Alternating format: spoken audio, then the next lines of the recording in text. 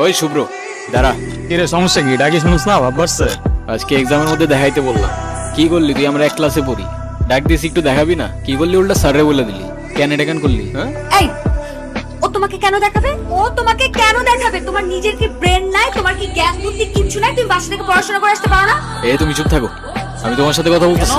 ও কেন চুপ থাকবে? আর ও তো ঠিকই বলছে, তুই বাসা থেকে লেখাপড়া করে আসতে পারস না।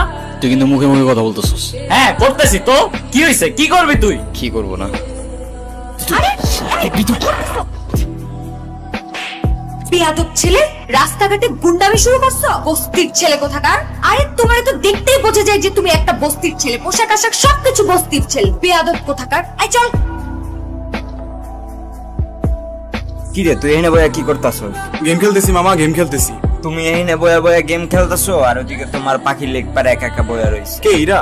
হ্যাঁ যাও একটু আদর যত্ন কইরা দিয়া হও মামা। মামা তোরা থাক, আড্ডা উড্ডা দে, চাটা খা, বিড়ি টিড়ি খা, আমি আইতাছি। ইরা, কি ব্যাপার রকি, কিছু বলবা? তুমি জানো না কি বলবো? শোনো, আমি তোমাকে আগেও বলছি, এখন আবার বলছি, তোমাকে আমি পছন্দ করি না আর কোনোদিন করবো না। আর শেষ। ইরা তুমি কি ভেবে বলছো? তুমি জানো এর পরিণাম কি হতে পারে? এর পরিণাম কি হতে পারে মানে? শোনো, আমি ভেবে বলতেছি আর তুমি আমাকে স্বপ্নেও কোনোদিন ভাববে না। যাও তো যাও, আমাকে ডিস্টার্ব করবে না। যাও, আগে দেখে যাও। ইরা, তাহলে প্রেম যেহেতু করবাই না, প্রেম করে যেটা করতাম সেটা করে ফেলি। আরে কি আশ্চর্য! রকি হাত ছাড়ো। রকি, আরে কি? রকি, ওই তোর সাহস কত? কি হইছে? আমি নিজে যতই খারাপ হই না কেন, আমার তো মা নাই। তোর তো একটা মেয়ের সম্মান কই থাকে তুই জানোস না? এরপর থেকে যদি এরম করার কথা কখনো ভাবস, ইজারে বইলা তোরে কেমনে ক্যাম্পাস থেকে বের করতে আমার খুব ভালো করে জানাস। জানা। ধন্যবাদ তোমাকে। ধন্যবাদ দেওয়া লাগবে না, তোমার জন্য আসি নাই আমি। আমার তো ছোটবেলায় মা মারা গেছে, কিন্তু আমি ছোটবেলা থেকেই দেখছি আমার বাবার আমার মায়ের জন্য কতটা সম্মান আছে। আমি নিজেও যতই খারাপ হই না কেন, আমার বাবা আমারে শিখাইছে মেয়েদের কেমনে সম্মান করতে হয়। না হলে সেদিন তুমি চর মারার পরও চুপ থাকতাম না। এই শোনো না। কি হয়েছে? তুমি আমার রাস্তা আটকাচ্ছ কেন? তোমার সাথে আমার কোনো কথা নাই। আচ্ছা, তুমি এরকম রেগে যাচ্ছ কেন? সেদিনের ব্যবহারের জন্য আমি এক্সট্রিমলি সরি। সরি। তুমি আমার কাছে মাপ চাচ্ছ কেন? তুমি কোনো দোষ করছো? এ শরৎ, তোমার সাথে কোনো কথা বলার ইচ্ছা নাই আমার। আরে শোনো না, প্লিজ আমাকে এবারের মতো ক্ষমা করে দাও। আমি না না বুঝে ভুল করে ফেলেছি। সরি বললাম তো, সরি। আচ্ছা ঠিক আছে, মাফ করলাম। আচ্ছা ঠিক আছে, তাহলে আমরা এখন ফ্রেন্ডস। আচ্ছা ফ্রেন্ডস। আমরা যখন ফ্রেন্ডস হয়ে গেলাম, তাহলে আমার একটা শর্ত আছে। কি শর্ত? শর্তটা হচ্ছে তুমি আজকে আমাকে সারাদিন দিয়ে ঘুরবে, ঠিক আছে? তোমায় নিয়ে ঘুরতে আমার কোনো প্রবলেম নাই, কিন্তু আমার একটা শর্ত আছে। আমরা ঘুরবো ঠিক আছে, কিন্তু সেটা পায়ে হেঁটে, কারণ পায়ে হেঁটে ঘোরার মতো মজা আর অন্য কিছুতে নেই। আচ্ছা আচ্ছা ঠিক আছে, তাই হবে।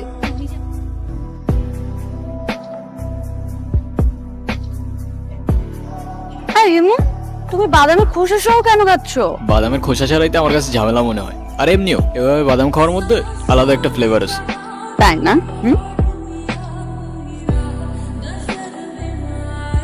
ওই কি হয়েছে?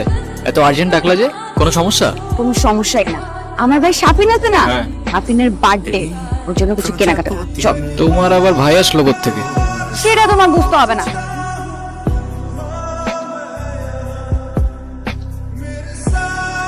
এই হিমু, তোমার এই যে চুলগুলো, এগুলো যে এত এলোমেলো অগোছালো, সবসময় দেখলে একদম তোমাকে পাগলের মতো লাগে। লোকজন কি ভাবে বলো তো? আমার কাছে সেটা মনে হয় না, আমার কাছে তো এমনিই ভালো লাগে। কল আসছে, দাঁড়াও। হ্যাঁ বাবা, কি হয়েছে? আচ্ছা তুমি থাকো, আমি আসতেছি। এ মামা রাখেন তো একটু। এরা আমার না মনে হয় এখন যাওয়া উচিত, বাবার শরীরটা খারাপ। উচিত মানে কি? এক্ষুনি যাবে। যাও যাও যাও, তাড়াতাড়ি যাও। আচ্ছা তুমি সাবধানে যাও তাহলে। আচ্ছা এই এটা দাও। এগুলো কেন? এগুলো তোমার জন্য কিনেছি। আমার মানে? তোমার জন্য মানে এগুলো আমি তোমার জন্যই কিনেছি। নিজে থেকে তো কখনো কিছু কিনবে না, থাকবে পাগলের মতো অগোছালো। এখন থেকে তোমাকে গুছিয়ে দেওয়ার দায়িত্বটা আমি নিলাম। হায় রে, তুমিও না পারো। আচ্ছা তুমি সাবধানে যাও। এই মামা চলেন। হ্যালো হিমো, গুড মর্নিং। কি ব্যাপার, এত সকাল সকাল কল দিছো কেন? এটা এত সকাল? সকালে কোনোদিন ঘুম থেকে উঠেছেন আপনি? এটা এত সকাল না, সকাল 9টা বাজে।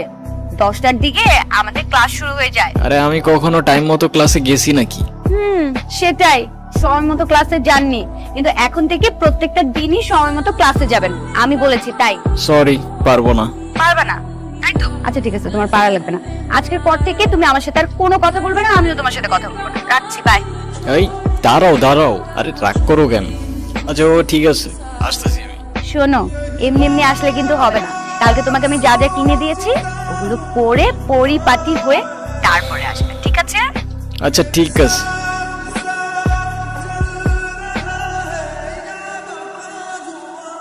কিরে মামা, সূর্য কি আজকে পশ্চিমে উঠছে নাকি উত্তরে উঠছে নাকি দক্ষিণে উঠছে নাকি মাটি ফাইরা উঠে আসছে?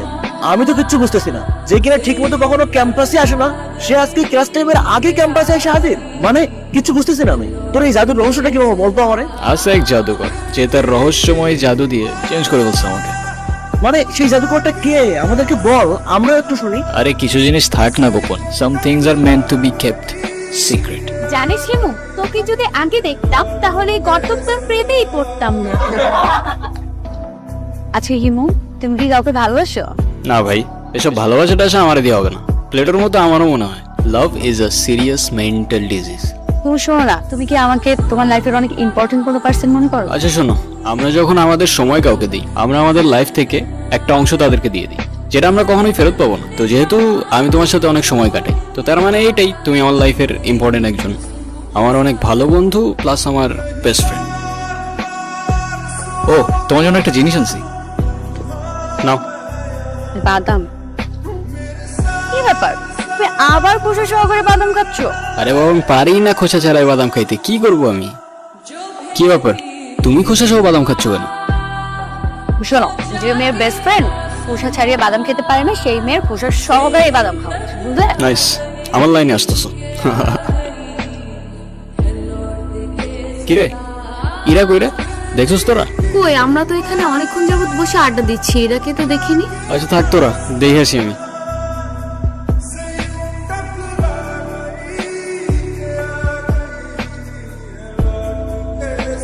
হ্যালো হিমু।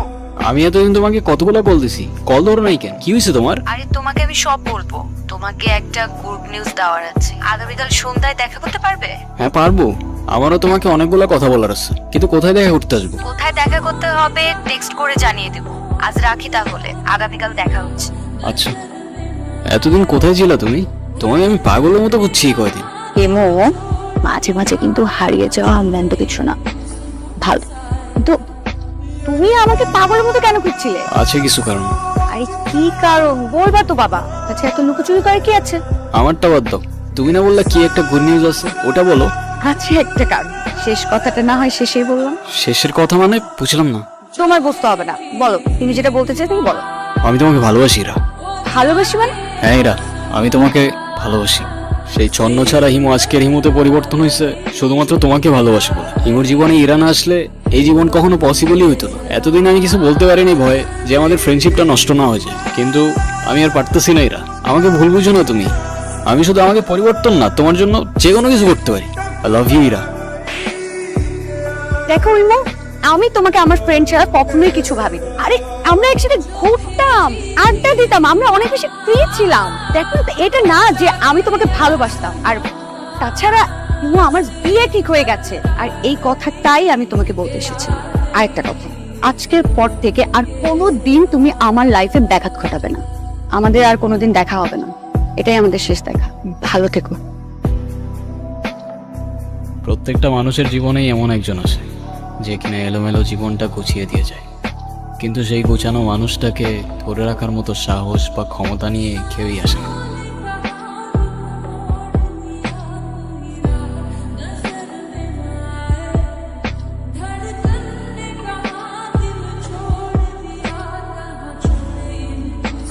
কি ব্যাপার, ওদিকে তাকিয়ে কি দেখছো?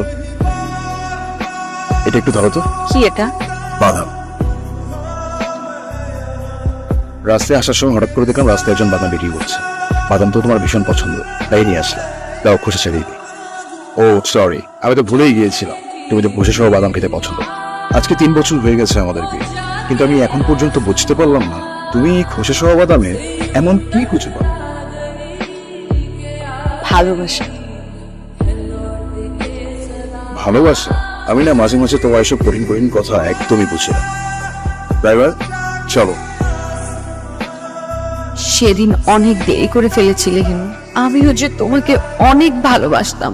যেদিন শেষবারের মতো তুমি আমি পার্কে বসে খুশি সহ বাদাম খেয়েছিলাম, সেদিন বাসায় গিয়ে দেখি পাত্রপক্ষ আমাকে দেখতে এসেছে। আমার বাবা অনেক অসুস্থ হয়ে পড়েছিল হঠাৎ। তার শেষ ইচ্ছে ছিল নিজের হাতে আমাকে বিয়ে দিয়ে যাবেন, কিন্তু তোমার আমার মধ্যে তো তখনও কিছু ছিল না যে আমি বাবাকে বলবো। আমার বাবা তাদের কথা দিয়ে ফেলেছিলেন। আমি জানতাম না যে তুমিও আমাকে ভালোবাসো।